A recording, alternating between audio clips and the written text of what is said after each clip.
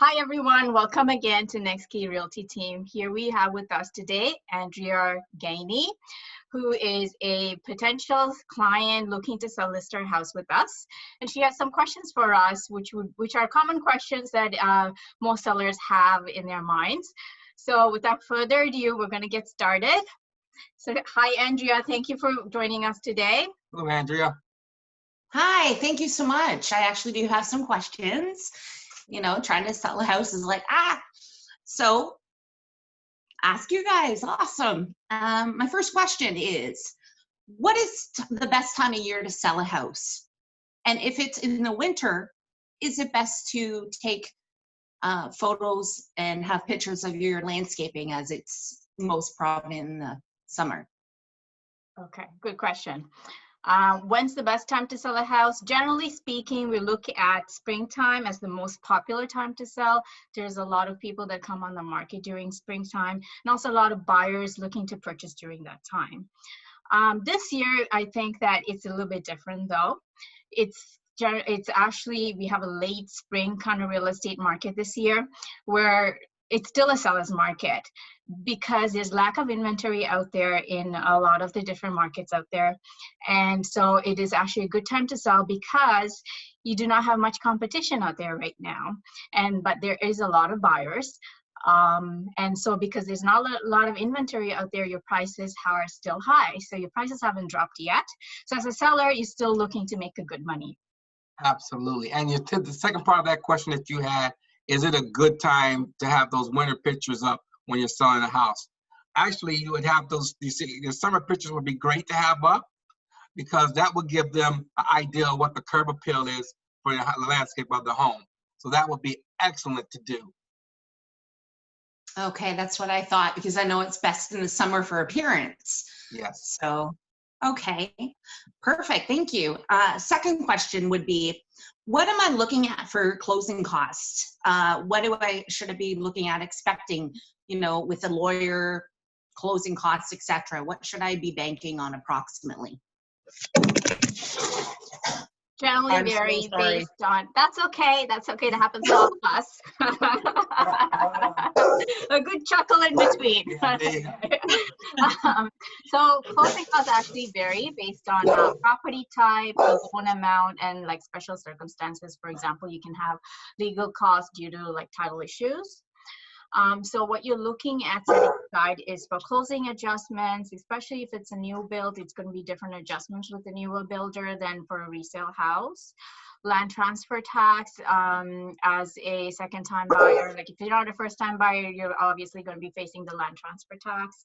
Legal costs, depending again, it could be $1,200, $1,500. We can't really pin down the price because it depends on circumstances. Survey and title insurance costs, fire insurance, also set aside for appraisal fees, inspection fees, mortgage broker fees, and of course you all have your moving costs at the end too, right? So you're looking at putting aside a certain amount of money for that price. But again, we will look at each circumstances individually, looking at the budget to advise you accordingly how much you should be putting aside. But these are the kind of costs that you will be looking at to set aside for another purchase. Oh, okay, perfect. Okay, thank you. I appreciate that. Third question, what happens if my house doesn't sell within the time frame that I'm looking at? Well, if you were to list it with us, you wouldn't have that problem, number one. So you wouldn't have to worry about it. But normally, if that were to happen, normally we would kind of probably take a look at what and readjust why it didn't sell. Normally we get the feedback from clients from showings. So we look at some of the feedback. Maybe we need to change the target market that we're targeting to. Maybe we need to also adjust the price somewhere there and see where we're targeting to. What avenues are we using for our marketing? You know, are we using Facebook? Are we using MLS? Are we doing yard signs? You know, just find out where we're targeting and what's happening. See if we can get a better showing value for people coming in to look at the home. Oh, wow. Okay, that's interesting. Okay, good to know. And, so you can do that everywhere. So when you do schedule an appointment with us, we'll go through with you in our presentation what exactly that we do to cover the market for you and how best we are going to go about achieve it. Wonderful. That's good to know that you have my back for that. Definitely. Thank you. There we go again, Andrea. I'm a newbie at Zoom, first Zoom call. And of course, my dog doesn't like the sound of the drop. Oh, Lord. Oh, I see. My last question, not to keep it too lengthy, is ceiling fans. So up here, being in the north, I'm right at the lake. I have a lot of, flow of the air from the lake and so forth. So I don't have the central air, but I do have ceiling fans. So I don't know if that's a deterrent for a lot of people because ceiling fans aren't the cool thing, or is that something I should be looking at changing? Well, I say absolutely not. I would keep the fans there because that would at least give them, when people come to the house, they'll know how cool it is, especially if they're coming in the summertime. So they know they don't need air conditioning because now you have the ceiling fans going.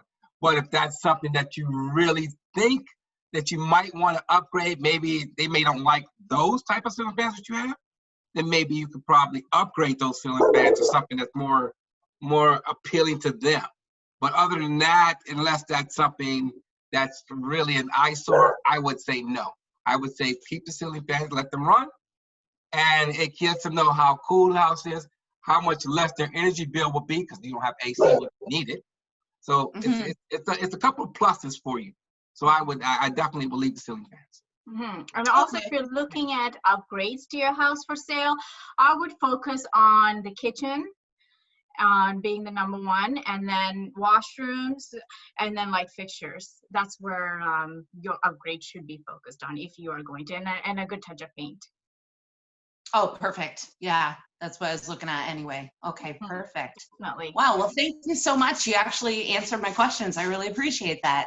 No problem. Thank you so much for being here with us, Andrea. Yes, well, Andrea, we really appreciate that. And everybody, please like our video if you want to see more of this. And you can also touch base with us again at Next Key Realty Team. And Ron and Nisha, our number is 416-271-1106. And you can also watch us on YouTube as well. Thank you and have a great day. Till the next time. Thank you. Bye, everyone. Bye-bye.